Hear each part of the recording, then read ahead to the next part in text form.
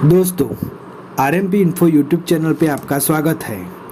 आज हम जिस रोग के बारे में जानेंगे वो अगर हमारे पशु को होता है तो रोगग्रस्त पशु से वो बीमारी पशुपालक को भी हो सकती है और इस रोग की ट्रीटमेंट बहुत लंबी चलती है और पशुपालकों को ज़्यादा आर्थिक नुकसान उठाना पड़ सकता है। दोस्तों, अगर आप आरएमपी इन्फो चैनल पे पहली बार आए हैं तो इस चैनल को सब्सक्राइब करें और आगे आने वाले वीडियोस के नोटिफिकेशन के लिए बेल आइकॉन पे क्लिक करके ऑल वाला ऑप्शन सिलेक्ट करें। दोस्तों, ये रोग गाय और भैंस में अधिकतर देखा जाता है और उससे उसका संक्रमण उसके पालने वाले पशुपालक को भी होता है, क्योंकि ये बीमारी एक संक्रामक बीमारी है। इसके अलावा भी ये बीमारी अन्य पशुओं जैसे कि सूअर, बकरी, भेड़, कुत्ते इत्यादि को भी संक्रमित करती है। इस रोग का संक्रमण ब्रुसेला एबोर्टस नामक बैक्टीरिया से होता है, जो एक ग्राम नेगेटिव अल्फा प्रोटियोबैक्टीरियम है, जिसे इस रोग का मुख्य संक्रमक माना गया है। ये जीवाणु मादा पशु की गर्भ झिल्ली को संक्रमित करता है और उसके कारण पशु का गर्भपात हो जाता है। बीमार पशु से इस रोग का संक्रमण मनुष्यों में भी फैलता है, जो मनुष्यों में बहुत ही खराब बुखार उत्पन्न करता है। ये बुखार माल्टा बुखार के नाम से जाना जाता है, क्योंकि इस रोग का मानवों में पहली बार संक्रमण माल्टा द्वीप पर खोजा गया था। इस रोग से ग्रस्त पशु के दूध या उससे बनी चीजें खाने से या पशु के आसपास की संक्रमित हवा में सांस लेने से भी इस रोग का संक्रमण हो सकता है। अगर आपके पशु को ये रोग हुआ है और आप उसकी जड़ के संपर्क में आते हैं या फिर आपका अन्य पशु जो सुरक्षित है वो अगर इस पशु की जड़ के संपर्क में आता है तो उसे भी ये रोग होने का खतरा बहुत ही ज़्यादा बढ़ जाता है।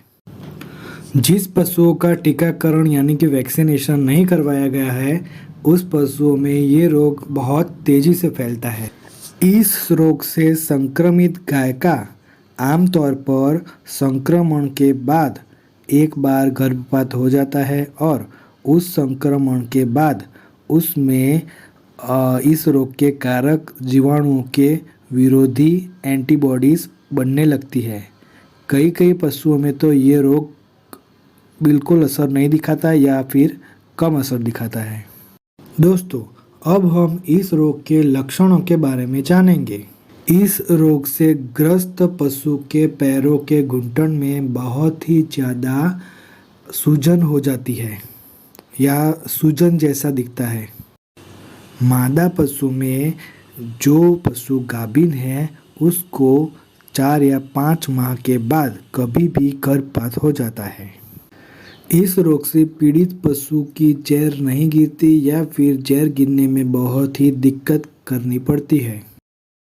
अगर पशु की जड़ नहीं गिरती है और वो बच्चेदानी में ही सड़ जाती है तो उससे पशु को बहुत ही तकलीफ होती है और कई बार पशु की मौत भी हो सकती है।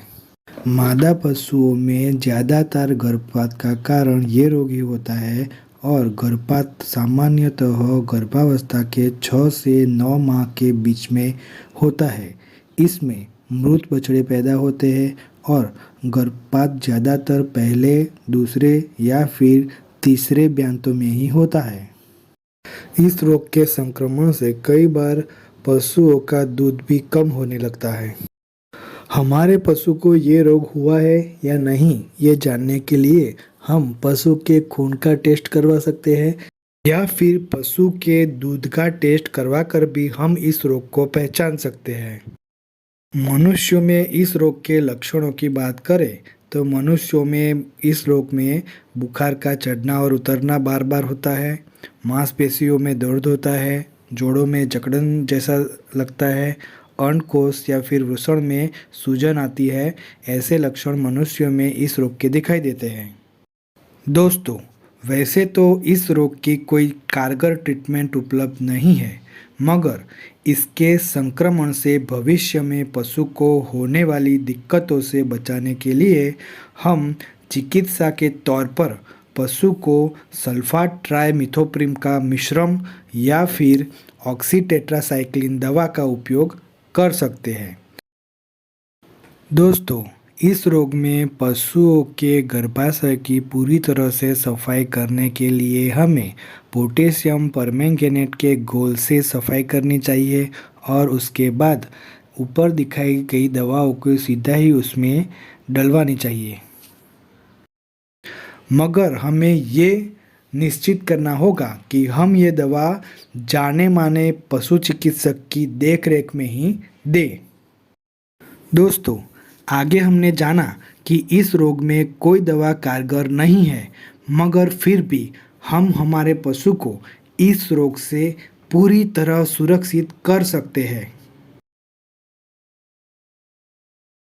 दोस्तों, national animal disease control program के नाम से एक फ्लैगशिप स्कीम लॉन्च की गई है, जिसमें इस रोग और एफएमडी रोग को कंट्रोल करने के लिए 100% पशुओं का टीकाकरण करने का लक्ष्य रखा गया है। दोस्तों, अब हम जानेंगे कि इस रोग की रोकथाम कैसे की जाए।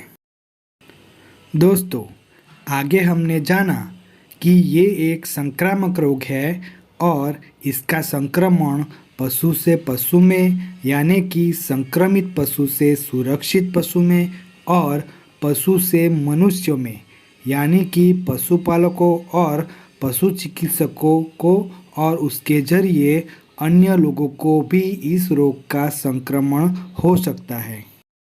इस बीमारी का संक्रमण रोकने के लिए हमें पशु चिकित्सक का संपर्क करके दुधारू पशुओं के झुंड का समय समय पर ब्रुसेलोसिस टेस्ट करवाना चाहिए। इस टेस्ट में अगर हमारा पशु संक्रमित पाया जाता है तो उस पशु को अन्य सुरक्षित पशुओं से अलग कर देना चाहिए और अलग से उसकी ट्रीटमेंट करवानी चाहिए।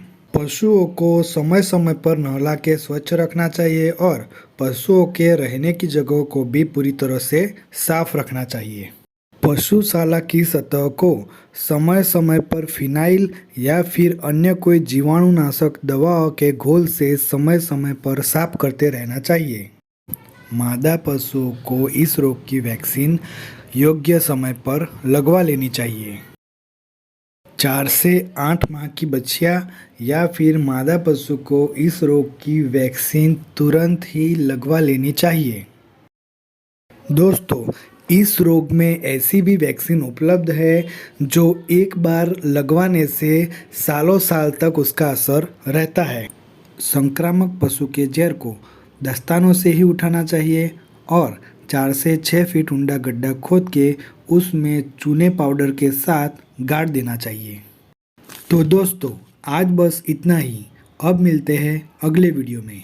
अगर आपको ये वीडियो पसंद आया है तो वीडियो को लाइक और शेयर करें और इस चैनल को सब्सक्राइब करना ना भूलें।